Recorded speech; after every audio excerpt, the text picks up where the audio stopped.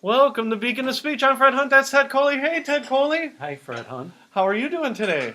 Awesome, as always. Last Beacon of Speech, we were not very happy people. I shouldn't say you weren't a happy person. I wasn't a happy person. Would you say that's fair? Yeah. Yes. So we're going to try a more upbeat and positive Beacon of Speech today.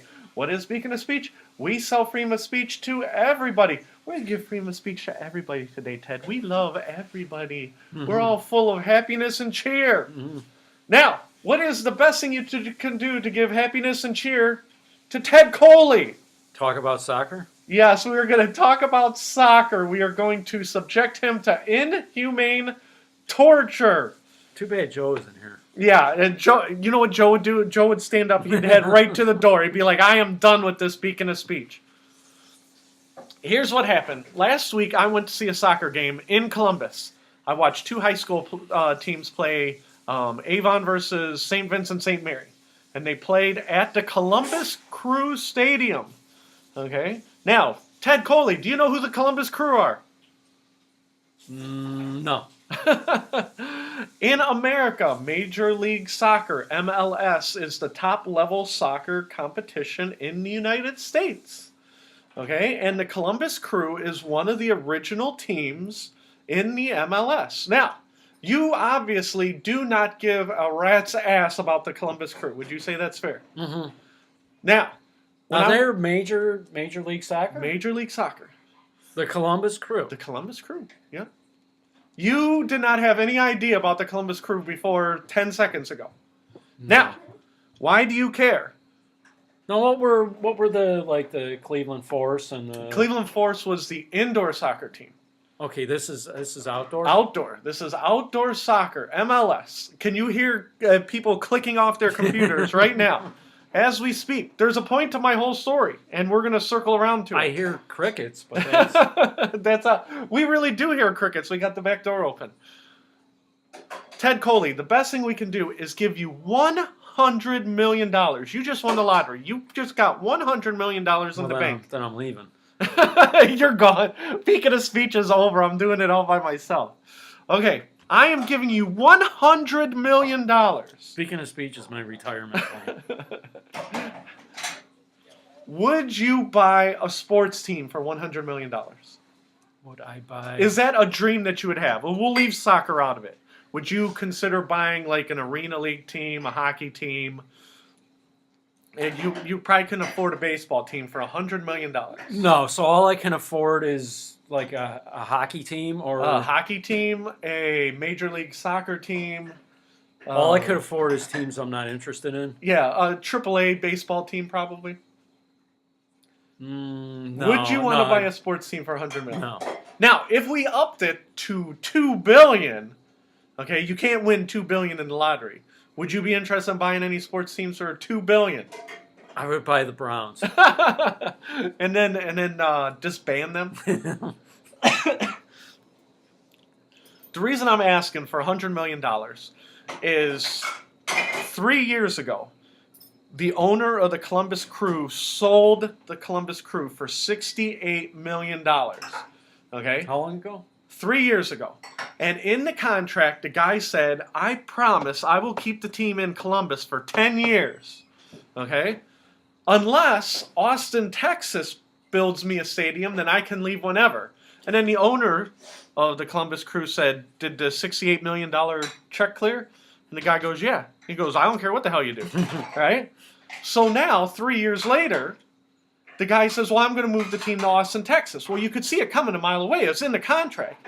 He didn't have to wait 10 years if he moved to Austin, Texas. Now, why is it a scam for? He paid $68 million for a team. He should be able to do what he wants, right? But Columbus is one of the charter members of the MLS, right? And say he wanted an expansion team in Austin, Texas. Do you know how much it is to pay for an expansion team in MLS? No. $150 million for an expansion team. So he's like, well, dude, I don't have $150 million. I'll just buy this cheap team and move it. Because that was kind of one of the things I was wondering about. Yeah. It's like, well, why not just get a new team? Right. Because he doesn't have too $150 million. Okay.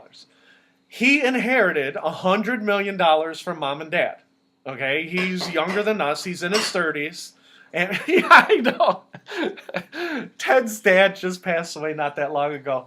Did your dad leave you $100 million in a trust fund? If he did, I haven't heard about it. Yeah, your brothers and sisters are driving around in Lamborghinis. I'm waiting to hear. And you're doing Beacon of speech. You got the short straw, my friend. But the whole point of my story is, if you had $100 million, you would not buy a soccer team. No way. No. Even if it was a great deal and you're like, oh, I'm going to make money hand over fist in Austin, Texas. Right?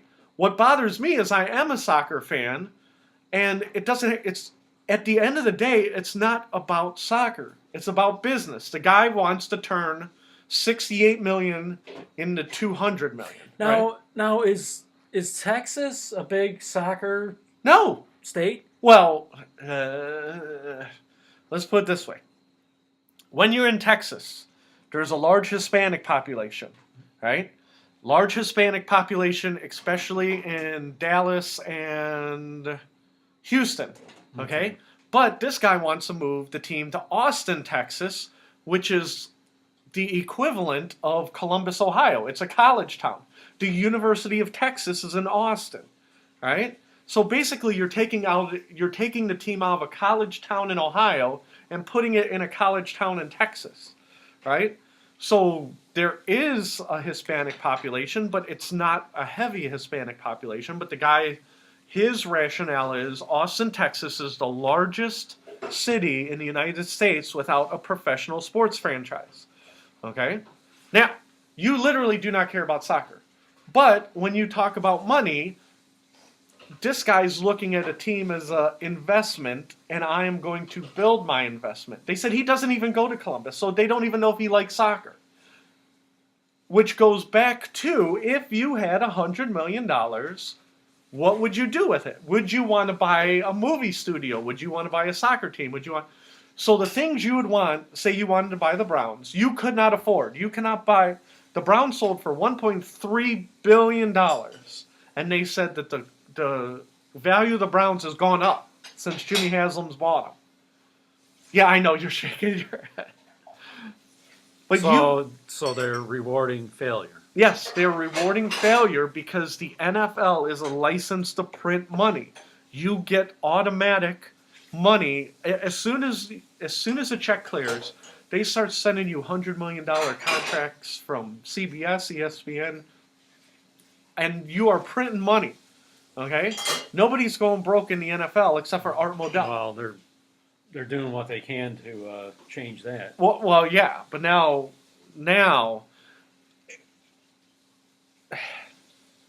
we're gonna go to the Browns because I wanted to start with soccer, with something you didn't care about. We're gonna move into the Browns. Trump and the kneeling, right? The owner of the Jacksonville Jaguars came out this week and he says, why is Trump picking on the NFL? Do you know why?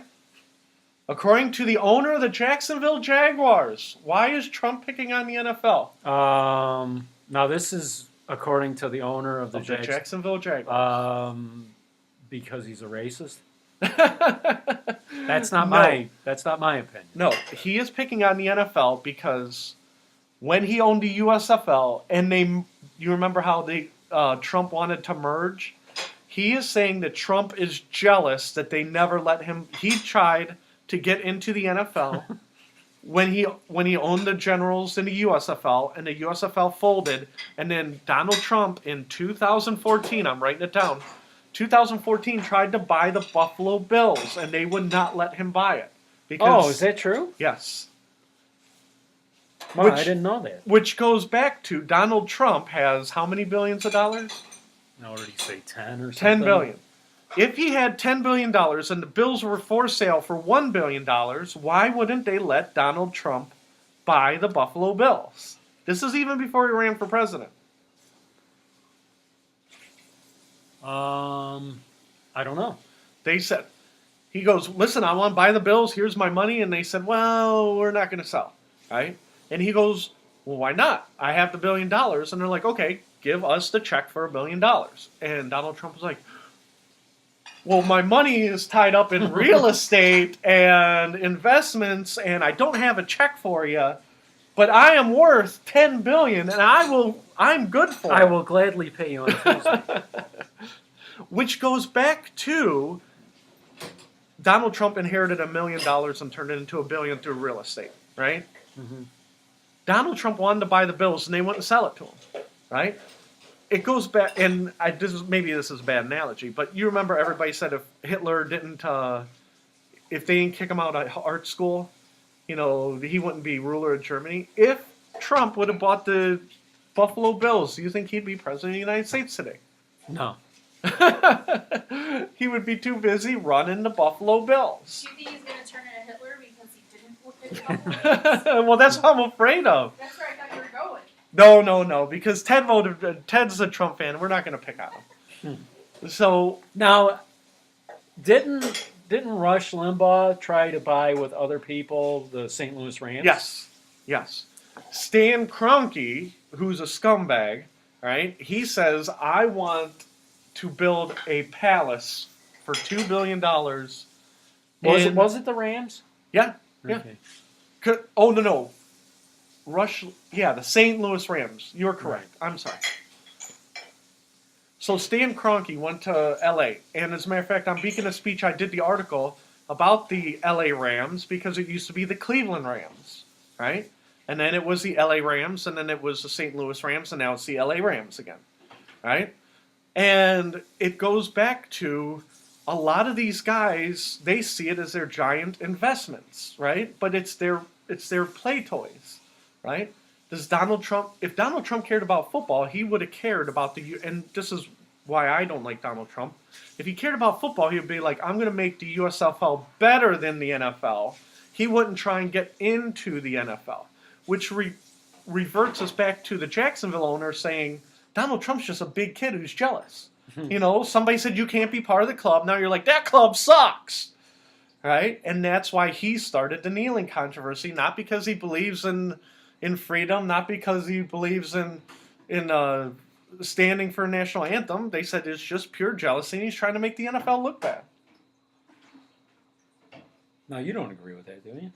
Who, Trump? Oh, I think Trump believes in one thing today, and then next year he'll believe in something different. Just like Jerry Jones, I think you're the one who called it. I don't know if you were on the air or not, but Jerry Jones knelt with the players in the first game, right? Mm-hmm. And then by the fifth game, he says, no more kneeling, or else you're off the Cowboys. And I think you're the one who said, yeah, we'll see how long that lasts. Do you remember that? No, I don't remember that. Oh, maybe it was someone else. I thought it was you. So Jerry Jones, his strategy is to take like every side of the issue. Yeah, and that way you're always right. Yeah. But so we're going to go back to you. You have $100 million, right? There's nothing you want to buy for $100 million that you want to share with the community. If you had your $100 million, you would probably go who's the guy you were making fun of when the hurricane hit his island? Oh, Richard Branson? Yeah, you would go the Richard Branson route. You would buy your own island. Yeah. And you would be on it, and then you would only fly in supplies. That probably is what I would do. Well, see, that's what I'm talking about. Richard Branson is all about, we're going to make the world better, we're going to go to space, we're going to do this and that. He is not playing with he didn't buy Manchester United, he didn't buy the Browns, he didn't buy anything. Right? So you would go the Richard Branson way. What is the most opulent way I could spend my money by myself away from these horrible people? Okay, my wife's in the other room. I think she might go the same route. Would you go buy the private island, or would you buy the Browns? I'd go like a million bouncy balls and drop them off a bridge. I don't know if you could hear it on the audio, but my wife said she'd buy a million bouncy balls and just drop them off a bridge to be random. So, the Cleveland Browns, okay? Oh, before I forget, Columbus Crew, they're going to move to Austin. Nothing's going to stop them. So nothing's going to stop us now. Nothing's going to stop us now. So we're done talking about soccer, okay? We're going to move to the Browns. So this is going to happen then? Oh, yeah, it'll happen. There's no way they can stop them. Now, how long have they been here in Columbus? Since MLS formed. When was that? 96. Oh, was that recent? Yeah, it was. Well, MLS didn't exist. What had happened is when me and you were kids, there was something called the NASL.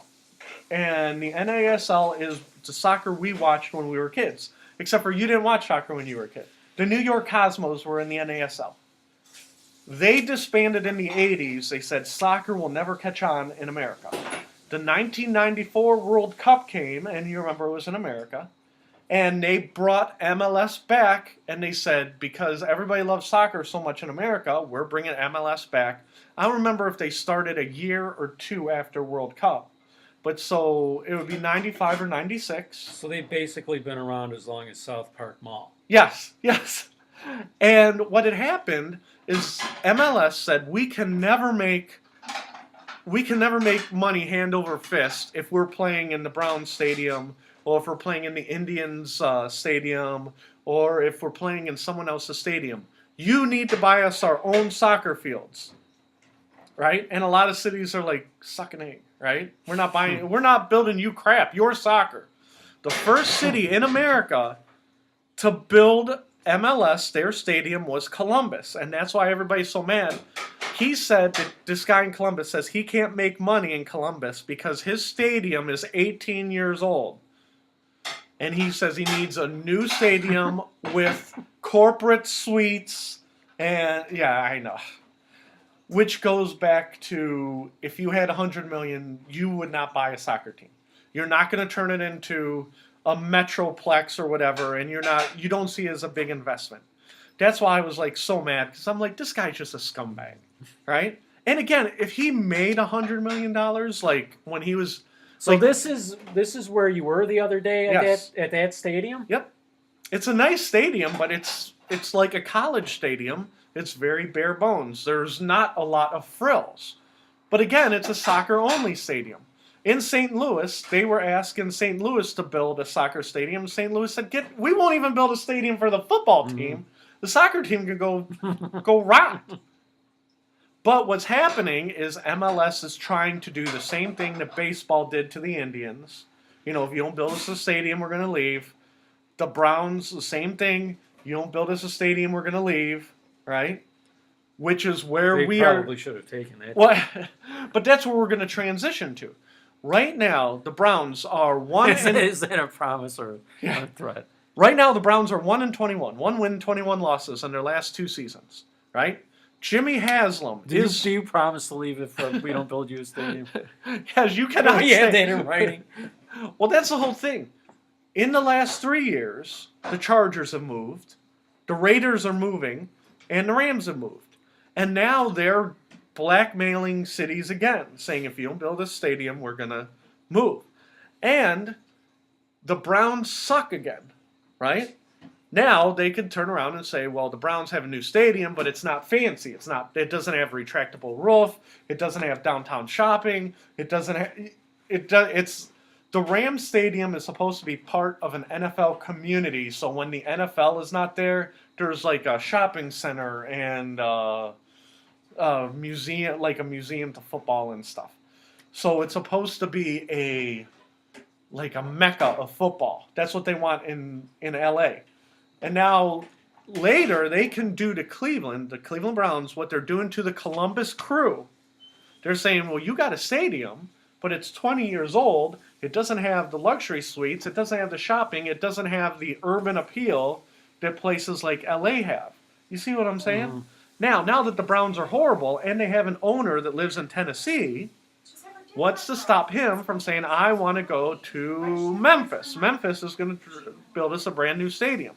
Now, if the Browns keep losing, say they end up 1-15 again. 1-15 last year, 1-15 next. 1-15 last year, 1-15 this year. Okay. Do you think that's possible? That record? Oh, this year and next year? Yeah, because they have Ted, I did the article for Beacon of Speech. The last 5 years, they were $150 million under the salary cap for the last 5 years. Okay? Now, if you don't even want to pay average guys, what are you going to do when you're just paying a bunch of college guys who don't know heads from tails?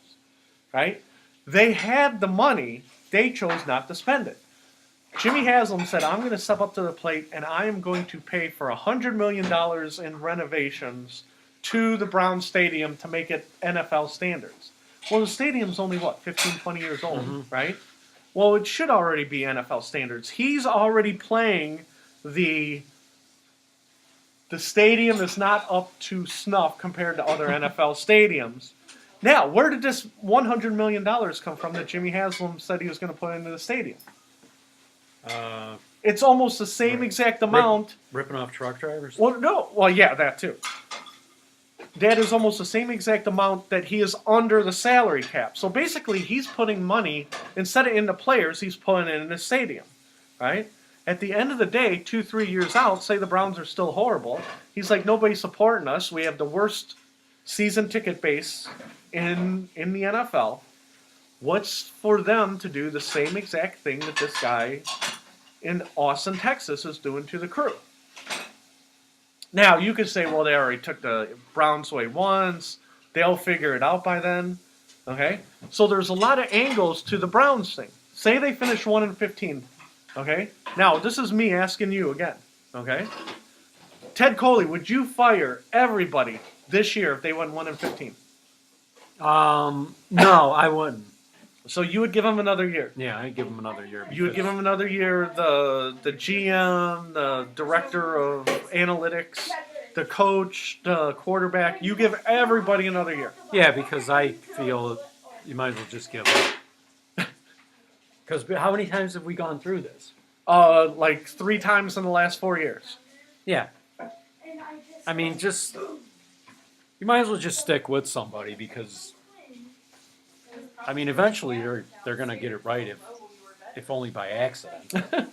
Well, that's the thing. If, and I'm not arguing with you, if they build what they have now and then they take they're going to be 50 to 60 million under the cap, and next year, and then they spend to the cap, they should at least be an average team, wouldn't you think?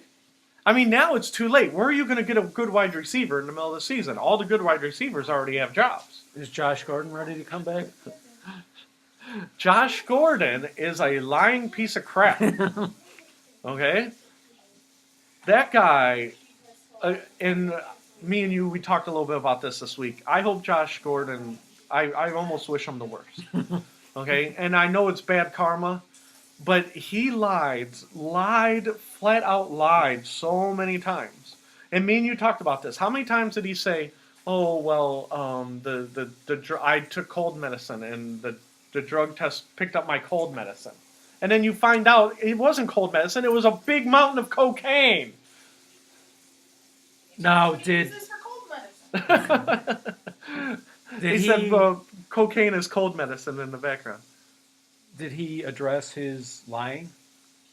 He said that he was in the clutches of addiction. Okay. Okay, he lied because he was in the clutches of addiction, and he was trying to get people on his side, because I heard legitimate people, legitimate sports writers say, well, you know what, if he did inhale secondhand smoke, maybe he deserves the benefit of the doubt. Maybe the NFL is being too hard on him. If he did take cold medicine, maybe the NFL should give him the benefit of the doubt. Well, because of HIPAA, the NFL couldn't say what he failed the drug tests in the collective bargaining agreement. So the NFL didn't say anything, and Josh Gordon's like, no, it was the secondhand smoke sample, right? And then he comes out and admits now, last week, that, oh, no, I basically did every drug. I did them all, and I was trying to get people on my side. I'm sorry, right? But I'm clean this time, and I'm ready to play. Well, I think the record of the Browns while Josh Gordon was suspended was 10-40, something like that, 10 wins and 40 losses, which shows he would rather get high. And they said he was doing that purple drink stuff, the cold medicine mixed with alcohol. I'm not that hip on youth drugs, I'm sorry. But they said he was doing it by the barrel. Slide? What was that? I think it's called slide. No, I think that's what they call it. That's the term. slide. Slide. Okay. See, you're more hip than I am. I don't know anything about this stuff. Ted, do you know about this? Do No, I never heard of you it. stick out your tongue? Do you have a purple tongue? Mm-mm. I live Okay. in the ghetto. So the Browns are in it. They are in it waist deep. They're screwed, right? And this other guy, all he's doing is doing drugs, and they're like, well, we're going to get rid of everybody. They all suck, except for this guy doing drugs. We're going to keep him around, because one day he's going to get his act together.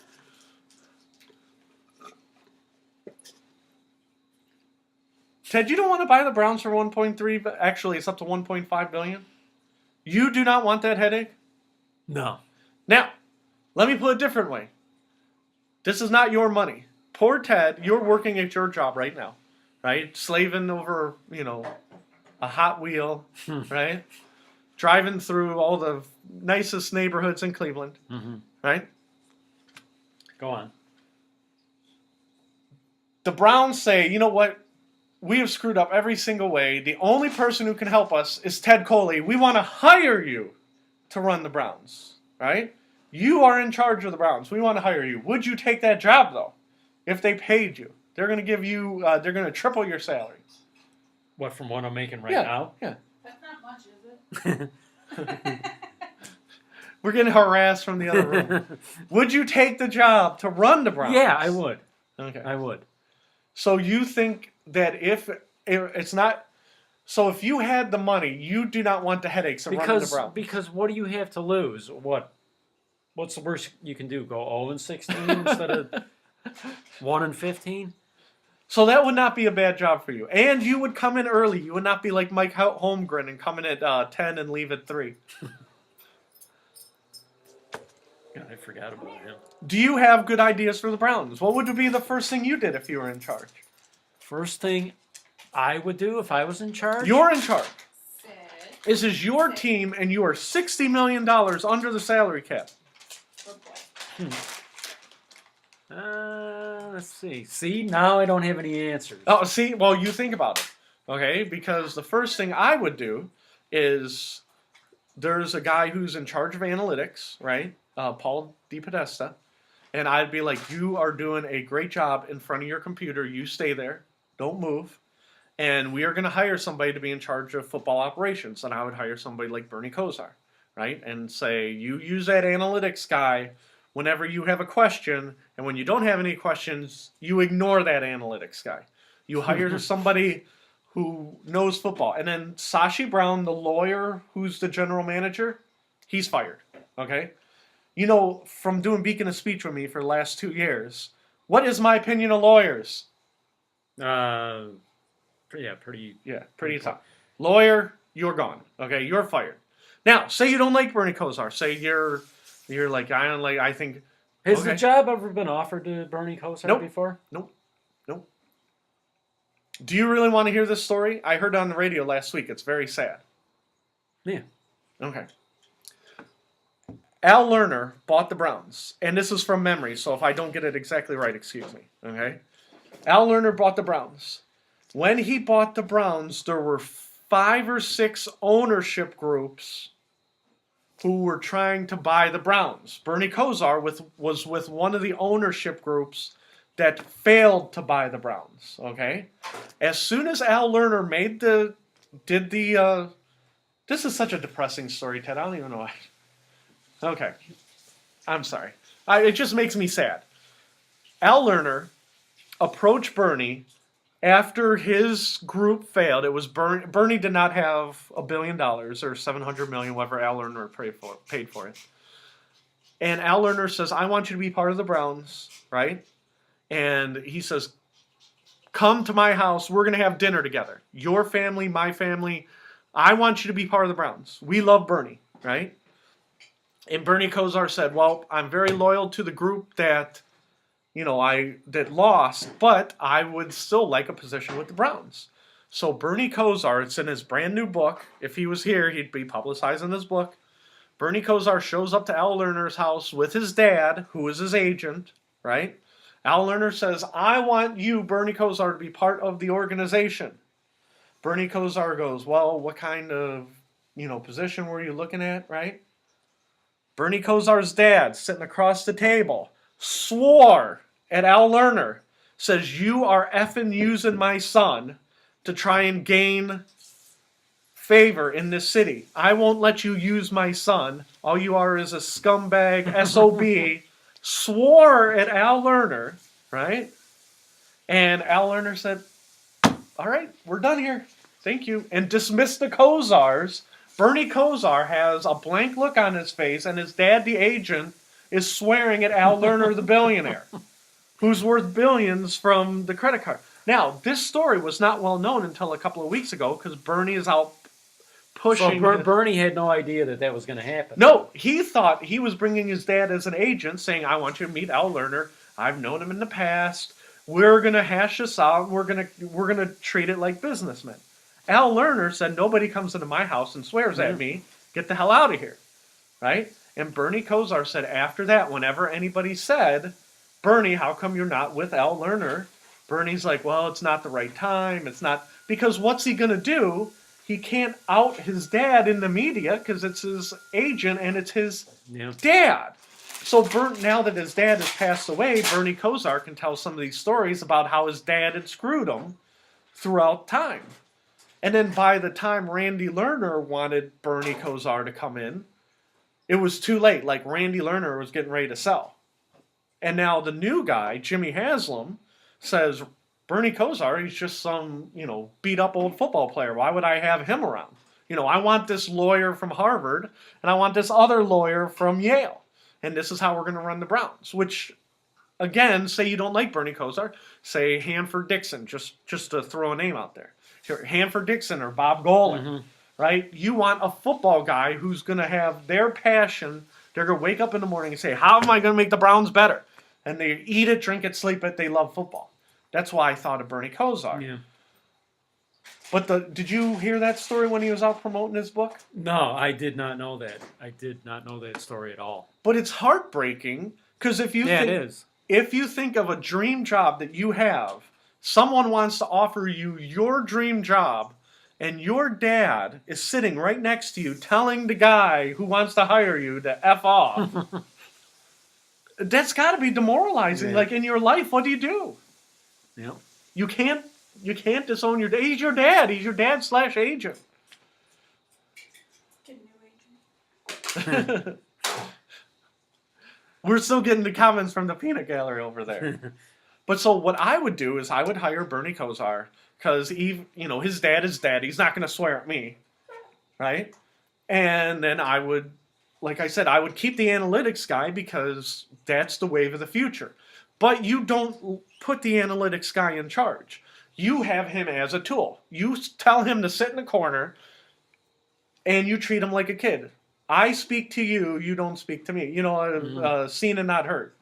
I will come to you when I have questions for you about analytics. And then as long as the guy's getting checks, he should be like, okay,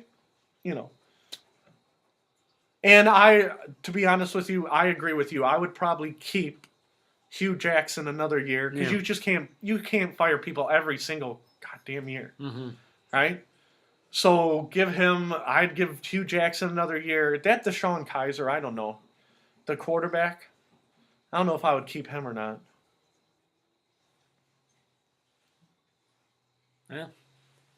So you want to take another crack at it? What would you do if you were the Browns? Well, I guess I would hire you. Yay! Yay! I got another. I don't have to do Beacon of Speech anymore. There we go. I just got a pay raise from nothing to 6 figures. Would you say that's fair? Well, now wait a minute. We have to. We didn't talk about money. I'm gonna call my dad. He's gonna trade you out. Well, but that's the thing. You need somebody who eats it, breathes it. If they fail, it's gonna drive them crazy, right? They said the people in charge of the Browns are like, they want to win, okay? At the end of the day, you can want something, but you're like, well, I got a Harvard degree, and I'm making $1 million. If we don't win, well, then I still got a Harvard degree, and I still got $1 million, and, that's life. I'll get a job at the bar. You know what I mean? You don't get the impression that they're in it to win it. Now, I know you would be in it to win it. Just so you know, I would not buy a soccer team for $100 million. No, I you think that's- wouldn't? No, that's way too much. Oh, you know what? I might buy an indoor soccer team, not an outdoor soccer team. So you're done with Kaiser then? I'm done. I'm this close to being done with Kaiser. But I would keep the coach, and I would keep the analytics guy, D. Podesta. The lawyer, Sashi Brown, the GM. You know what? It would be so fast. It would be like a whirlwind. I would be walking in the door, and I'd be like, Sashi Brown, security, please. I mean, I wouldn't even talk to him. He would be out in 10 seconds. That guy would be gone. Okay, that's the first thing I'm doing. You can't have a lawyer in charge of your football team. Would you keep the defensive coordinator? That's a trick question. Is that Williams or? Yes, but what I would do is the defensive coordinator. He's just full of hot air. Okay, so what you do is you keep Hugh Jackson, and just say they do finish 1-15 this year. I'd be like, Hugh Jackson, you got to fire that guy. I would let him stay till the end of the year, and then I would make him the sacrificial lamb because when he got hired, he's like, I'm going to make this defense tough. I'm going to do this, and I'm going to do that. And I'm like, you know what? You're full of hot air. You're full of crap. And you can, again, the whole bounty gate, it was a scam because when you were growing up watching the NFL, what was the goal of the defense? To knock the quarterback out of the game, right? So Greg Williams, all he said was, if you knock the quarterback out of the game, we'll give you $100 or I'll give you $1,000. Well, guess what? That's been going on since the 30s. Okay? So this whole bounty gate thing, even if it was true, it's like institutional. You know what I mean? Every team was I guarantee every team was doing it except for the cheap-ass teams. I have a rock and roll question for you. Don't look. Okay? 40 years ago today, what happened in rock and roll history 40 years ago today? 40 years ago today, October 20th of 77? October 20th of 1977. Oh, wow. What? I was born. You said 40 years? You were born. You would have been 15 days old. October 20th of 77. Oh, wow. Wait a minute. I know Elvis died, but it was in August of 77. Right. Wait a minute. I don't know. According to Consequences of Sound, the Leonard Skinner plane crash. Oh, okay. 40 years ago today. Okay. Now, me and you talk rock and roll almost every episode. Would you say that's fair? Mm-hmm. I do not like Leonard Skinner. I'm going to do the Dr. Seuss. I do not like them now. I do not like them then. I did not like them any time. I kind of like them. Well, that was my whole point. How much Leonard Skinner did you like? Did you listen to all the albums up to 77 and then you were devastated or? No, I mean, because when that happened, I wasn't listening to rock and roll. Oh, okay. That was too early. But we did, in the band, we did play Simple Man. Okay, so you are very familiar with Leonard Skinner. And we played Freebird, too. Isn't that the old band joke? Where they yell, play Freebird? No, we did those, too. Well, and that's why I was asking. So you are very familiar, but you only liked the Leonard Skinner that was on the radio. You did not stick with them after you didn't keep supporting them and go see them in concert in the 80s. No. Okay. So you are a fair weather Leonard Skinner fan. Now, do you count that as one of the great tragedies of rock and roll, like when the Big Bopper died, when the music died, and when John Lennon was shot and stuff, or no? Maybe not like on the level of John Lennon, but it was a big loss. See, I was never, like I said, I was never the biggest Leonard Skinner fan, and I had some cousins who loved Leonard Skinner. Me and my wife were talking about classic The Kinks earlier today, and I was thinking when I saw the article about Leonard Skinner, I'm like, I wonder what Ted thinks about Leonard Skinner, because I'm not a fan. And even now, like, if I hear Leonard Skinner, I turn it. I don't crank it up. Mm-hmm. And when I think of Leonard Skinner, I think of people having Confederate flags in their garages, and it just aggravates me. You do not have a Confederate flag in your garage, is that correct? No. I'm not insulting you. You don't have. No, I don't have any flags. You do not have the Leonard Skinner Stars and Bars bandana hanging up in your basement from when you played Freebird? No. Okay. Now, when you were with Wasted Space, was that one of your more popular? Did people request that? Well, they didn't have to. We played it every. Was there people? They requested that we not play it, but we had a set list. So you play almost every concert. You played something from Leonard Skinner. Yeah. Okay. Now, was that when you were singing, or was that when someone else was singing? No, that was me. So it. Oh, are you okay? Yeah. Did you break something? This popped off. Oh. Shot water up everywhere. Sorry. Oh. Okay. Apparently, our kitchen is breaking as we speak. So anyhow, Leonard Skinner. What were you saying? No, you were asking. Oh, so you sang. Yeah. So if I asked you to sing Freebird today, is your memory good enough that you would remember it? I'm not going to make you sing it. Probably not. Oh, really? Yeah, I don't know if I could remember all the words. Okay. But there's not a lot of words in them. No, not unless you're not a rapper when you're doing Leonard Skinner songs. I'm sorry. The reason I ask is, like I said, so I don't even know the whole story of the plane crash. Mm-hmm. Okay, they were going from gig to gig, right? They were on tour, and it killed half the band. Is that correct? Yeah, I believe so. I don't. It was like what, 3 or 4 people or something, Yeah. or. And then who lived? Did the lead singer live? No, I don't think so. No. Okay. So in theory, Wasted Space, when you were around about 1999. That was what Ronnie Van Zant was the lead Yeah. singer. Yeah. So that would have been 20 years after. Okay. And I'm going somewhere with this. Okay. 20 years later, you could have stepped into the role of lead singer of Leonard Skinner. I almost said Led Zeppelin. Yeah, that I definitely could not have done. No. I don't know too many people who could replace Robert Plant. I don't know. The reason I ask is because I was flipping through the internet earlier today, and I was looking up something in reference to the song Jane by Jefferson Starship. Mm-hmm. Okay? And I said, Jefferson Airplane is still around. Okay? And so I looked up Jefferson Airplane, right? And they're not around. I was wrong, right? But Jefferson Starship is still around. And they still have an original member from the Jefferson Airplane who's 79 years old and still touring. Oh my God. Yeah.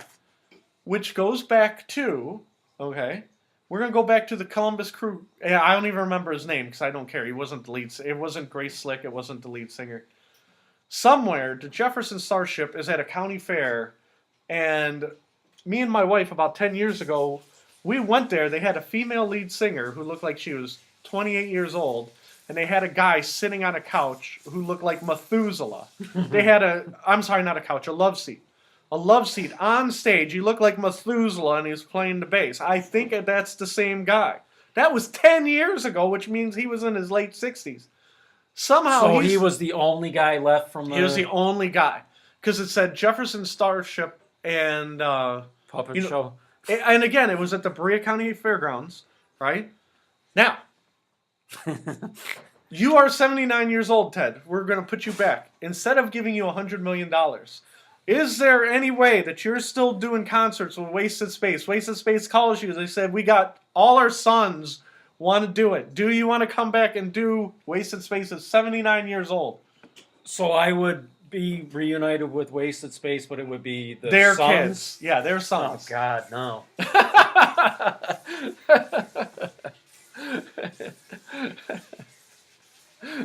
That would be bad. Well, no, because, again, when I saw him, yeah, like I said, I'm looking at him. I'm looking at the stage, and there's like 7 people on stage. And out of the 7 people, 5 of them were under 50. And I'm like, there's no way any of these... There was a love seat on stage? Yeah, it was... No, not a love seat. Like a lazy boy. Okay, and the guy's sitting there playing the bass, and I'm like, holy cow! I'm like, that's got to be the original. That's how they can use So the he's name. not even standing up. Yeah, that's how they can use the name Jefferson Starship, because that guy is probably one of the original members, and these are all like his neighbors. Sammy Hagar turned 70, and I saw a Sammy Hagar video 2 or 3 years ago, and he was on it, Yeah. right? He was like, Das Tequila or Yeah, whatever the yeah. song is, right? But he's nailing it, and then they pan the camera over to the bass player. He looked like me, okay? Was it Michael Anthony? No, it was one that Michael Anthony wasn't there. Ah, Well, Michael Anthony is usually with them. Usually with him, but he'll get up and jam at wherever he is in Key West or whatever. So the bass player looks like me, right? And then it's got like a black lady as the drummer, right? And then there's like, it literally looks like a dad, just a dad out of the audience playing lead guitar. And Sammy Hagar's nailing it, Yeah. but the other three are really butchering the hell out of the song he was singing. And I'm like, oh my God. Sammy Of course. Hagar is good. Oh, well, but that's the whole thing. It was like, I understand that at the end of the day, Sammy Hagar has tequila to sell. Okay, I think he runs a restaurant. So if he's like jamming with patrons, I kind of understand. But I'm like, at 70, I don't know if I want to do that. Even if he sounds great, the other three were really dragging him down. Yeah. Like, Where was this at? Was this at his what is it? His bar? Yeah, at his bar, his restaurant. Well, I or think he whatever. just has like anybody come up there, like any of his musicians. But I mean, he sounded great, Yeah. and they did well, not. the thing is, that could be because they're having a good time, probably drinking and everything, and they probably just get up there, so they're probably a little bit, If it was for fun, that's fine. But when I saw that, I'm like, I wonder if Ted would do that with his old bandmates' kids. And I know you like to jam for fun. I know we give you my son, he wants to play guitar, and we give you the guitar, and, it's like riding a bike. I saw you go at it. You're so you're hitting all the right notes. And I didn't know if it was like burning for you to get like back on stage, even if it would be fun. No, not back on stage, but No, kicking around yeah, in it the would be backyard nice. or something. Yeah, it would be nice to. I think what we're gonna do is after Beacon of Speech is over, we're gonna give you a guitar and make you sing by the fire. we're gonna have Crystal say. I thought you were gonna contact Wasted Space. Yeah, we're gonna do "It's Your Life," Ted Coley, and "Wasted Space" is coming out from behind the curtain. Oh God! And then we'd be like, we really screwed up because we didn't do our research, and like the drummer jumps you and starts beating the crap out of you. We're like, oh crap! What are you saying? You end up getting the wrong guys or something? Yeah. Well, it was funny. MTV had a reuniting the band. Yeah, I remember that. Is that still? Do they still I have don't- that on? Or? I don't think so. But I remember Billy Idol. They wanted to get back his band. I think Generation X was the name of his band. Was that the name of his band? Yeah, I think so. And everybody in Generation X is like, we want to do it. We love Generation X. And so the MTV film crew comes up to Billy Idol's door and says, Generation X is going to get back together. Billy Idol, what do you think? Nah, mates. Slams the door. Like, it'd be like, I'm afraid it would go like that for Wasted Space. Yeah. I'm like, oh, Ted, I'm so sorry. And then, you're not doing Beacon of Speech anymore. Now, what happens if, you hit the lottery and then I call you in 20 years and want to do a reunion of Beacon of Speech? You want to listen to me yell for 20 minutes. Be like, oh, no, I can watch YouTube for that. You're not getting back together for Beacon of Speech. If this fails, there's no reunion tour, Ted? No. Oh, man, you're really bumming me out today. You're not going to do a reunion tour with 1999 Arcus crew? Since Arcus doesn't exist anymore, and we can talk about this. Joe Miklovich, the funniest story I ever heard, right, was about the guy in the trunk of the car. Oh, Greg. Yeah. Now, you have to refresh my memory because Joe Mikulovich told the story so much better. So this would have been the last company, not the company you work for now, but the company you worked for before. Right. And what was his? You don't give out his last name, just his first name, Greg. Greg, right? yeah. So Greg kept trying to come back to work with us, and they kept saying, no, you're crazy, right? And what was the crazy story about Greg? Well, Greg and Joe were working Right. at night. Right. I think it was just the two of them there. And Joe had his car in the garage. Right. In the garage attached to the building. And Greg, I guess, thought that Joe had a dead body in his trunk. He was convinced there was a dead body because Greg was crazy, like legit crazy, not, hey, he's crazy, but mental institution crazy. So what Greg ended up calling the police. Called the police, yep. And the police came there, and I guess they wanted Joe to open the trunk to his car. Yeah. And he did, and there was nothing in there. So the police, I guess, carted Greg off. Yeah. That's so I can't imagine. Well, but that's the whole thing. Because the whole time, because I wanted that story for a reason, because I'm going to tell the funniest story I ever had. Okay? So that was probably the worst story when it comes to people being crazy at your work, right? Mhm. Craziest person ever for me was, and this was, somebody accused me of this, okay, and you'll get a kick out of this, because I don't know if I've ever told this on Beacon of Speech or not. I might have told you at your work, but not on air. I was a manager at Taco Bell, and we hired a crazy girl, okay? And I begged them. I said, don't hire this crazy girl, okay? And they said, no, we're going to hire her because she's got good availability and she'll be loyal. And I'm like, no, don't hire this girl. And so they hired her, and she was mopping, and she got tired of mopping, right? So she just laid the mop down from the mop bucket and laid it behind the production line, right? Mm-hmm. And so imagine there's a mop bucket and just a mop laying across the production line. So the one guy that I was friends with, he turned around and literally tripped over the mop because it's laying across the floor. Who in the hell laid the mop bucket behind blah, blah, blah, right? Who did that? Who did that? Who did that, right? I'm mad because I'm like, who would do that? And I know who did it. Crazy girl. Okay, I don't remember her name. Okay, just know crazy girl. So you said I know who did it. Yeah, I know who did it. I know it's crazy girl. Crazy girl, did you do that?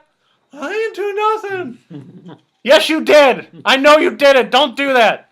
And I yelled at her, right? I said, you almost killed one of my best workers.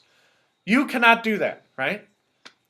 So next day I come into work, okay? I come into work, Hey, crazy girl. Hey, Fred, right? And other workers, hey, Fred, hey, how you doing? And it's like, I started like 4 o'clock. 4:05. Please come in through the front door. Yeah, we're looking for Fred Hunt. I'm like, yeah, I'm Fred Hunt. What can I do for you? And you know how cops are usually like, sir, we need you to listen to what we have to say. They're very boisterous and they're very directive. And they're like, we need to talk to Fred Hunt. And I'm like, I'm Fred Hunt. We need to talk to you in the dining room. And they were being very weird, right? And I'm like, okay, blah, blah, blah. You're in charge. Make sure Weird Girl doesn't burn down the store, okay? Because I'm like, what the hell is going on now? You know, like everything happens to me moment, right? So I walk out to the dining room, and there's 2 cops, and they're looking at me. And I'm like, yes, what can I do for you? You know, what's going on? And they go, yeah, we got a complaint that you stole some money from, and they said her name, from Crazy Girl. You stole money from her. And again, they're talking like that. They're talking, they're mumbling. They're not looking at me in the eyes. And I'm like, what the hell's going on? And I'm like, I didn't steal money from anybody. I'm poor as can be, right? I live right down the road in an apartment in a tiny thing. I did not steal anybody's money, okay? And they go, well, we have to follow up on all, complaints. And I go, okay, well, how much money did I steal? $6 million. What? Crazy girl says you stole $6 million from her. What? What the hell are you talking? Now you steal $6 million. What the hell are you talking about? And I'm like mad. I'm like yelling at the cop, right? The cop's like, sir, calm down. I'm like, okay, I can calm down, okay? What exactly am I being accused of here? And they're like, crazy girl says that she had a duffel bag full of $20 bills, $6 million. She had it in the store, and she left it here last night, and you took it home with you because she left it here when you yelled at her yesterday and when she left. I said, that's the story. $6 million. And they're like, sir, we have to follow up on all complaints, no matter how we feel the complaints might be interpreted. And they were very professional. But again, they kept mumbling. And I'm like, stop mumbling. And I said, listen, I got a degree in psychology, okay? You institutionalize her right now. Take her out of here. You commit her. She is crazy. I told them not to hire her. And they're like, sir, we're starting to see what the problem is here. You know, because in their mind, it's half her and half me, right? And they're like, we're starting to see what the problem is, but we need you to make a rational statement right now. Sir, did you steal $6 million from Crazy Girl? And I'm like, no. I did not steal $6 million from Crazy Girl. Okay? And then they said, okay, that's all we need. I said, listen, I'm being serious. I know it takes 2 signatures to commit. You go back there, you're 1 signature, I'm 1 signature. We commit this girl right away. You can take her right out. We'll replace her right now. He's like, sir, I said, she filed a false police report. You guys know all about false police reports, right? And they're, sir, this lady may have some issues, and we may be familiar with her past, so we don't want to go down that avenue quite yet. And they said it like that. I said, gentlemen, have a great day. I'm going to go back. I got to make a quick phone call to my boss, right? So I called my boss. I'm going to fire her! And I'm screaming out, I'm going to fire her right away. I'm going to fire her. And he's like, oh, you can't fire her because then she'll turn around and sue us because you see what I'm saying? Mm-hmm. So after today, we will make sure that you don't work together and we will phase her off the schedule, right? That would be Bob Kavanaugh.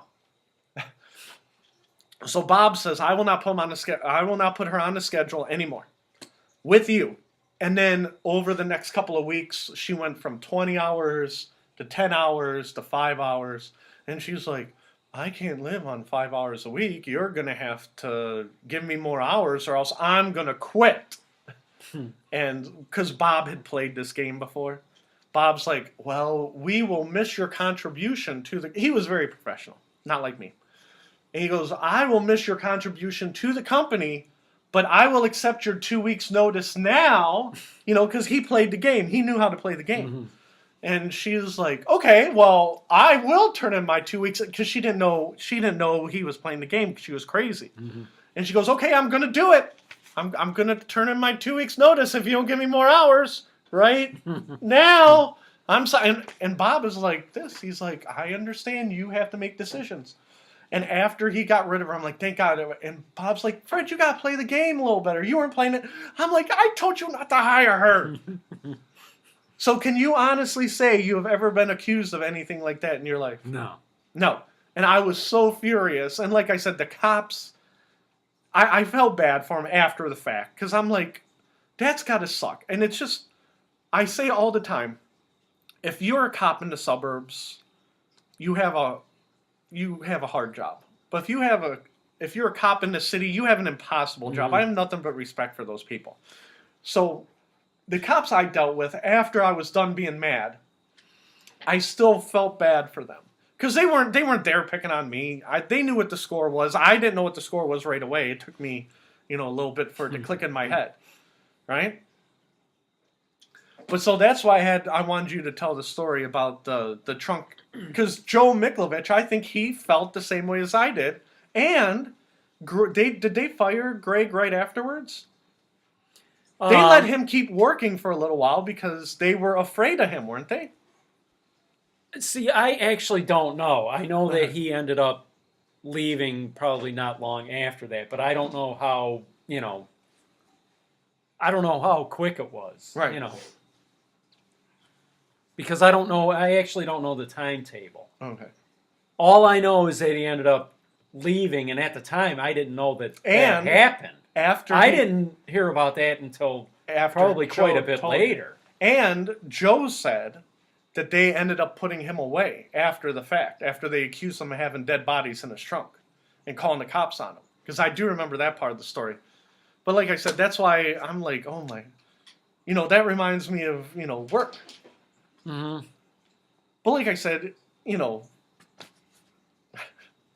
I just thinking back, why would you carry, like, there's so much wrong with the story.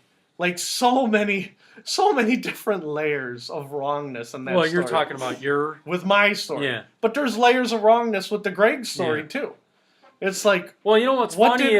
If she would have said that you stole, like, $600 or something like that, it would have been, like... It would have been more of a, a believable story. But the whole thing is, she was so crazy that I think she thought that, like, hey, I'm going to make $6 million by accusing him of stealing $6 million. You see what I'm saying? Like, that's how off her rocker she was. What? And that's why I wanted to tell your story, because the Greg story, I know Joe's still mad about that. You know how animated I was when I was talking this story? Joe would tell the story exactly the same way I did. He was like, that guy thought, and then he ended up in a mental institution. Why she ran away without me? Well, I do remember that. I do remember Neil saying that, I guess Neil came in like shortly after that happened. Right. Like, I don't know if it was like that morning he came in and Joe was Just still the mom there. really wanna know Yeah. where you're just And he saying said that. Joe was acting like her Barney mom, Fife. like- He was like, all, because that would rattle you. Yeah. Yeah. Well, like I said, it rattled me. Because, like I said, I didn't know what was coming. I'm like in my head, like, why are the cops here? You know what I mean? Oh crap! A, B, C, D. I'm like, oh. But yeah, I'm like, oh, you're here for the $6 million. Yeah, we're good. We're good for that. There's one. We're not going to talk about this because you don't care about that. We're going to talk about one last thing, and then we're going to tie it up for the night. Hey, Playboy. you want to back up for Grandy? We are going to dance around the subject. We're going to talk in soft tones. Okay? Playboy is having a transgender model as their centerfold. Hugh Hefner died 3 weeks ago. Do you think that is a coincidence? No. I think this is the last PR stunt of a dying magazine. And don't get me wrong, I'm not saying whether it's right or wrong, good or bad, because again, it's pornography. Where's your gray line? You're like, oh, well, I'm for pornography, but not that type of porn. You see what I'm saying? So I'm not drawing lines here or there. What I'm saying is, I think that Playboy is... Last year they erased nudity, right? And then they brought back nudity. And now they got a transgender model, and now Hef is dead, and they sold the mansion. I think it is... you have taken the fish out of water and you threw it on the cement, and this is the fish flopping around on the ground. Do you agree or disagree? Do you think that, like, this is going to bring Playboy back? No, this is not going to bring Playboy back.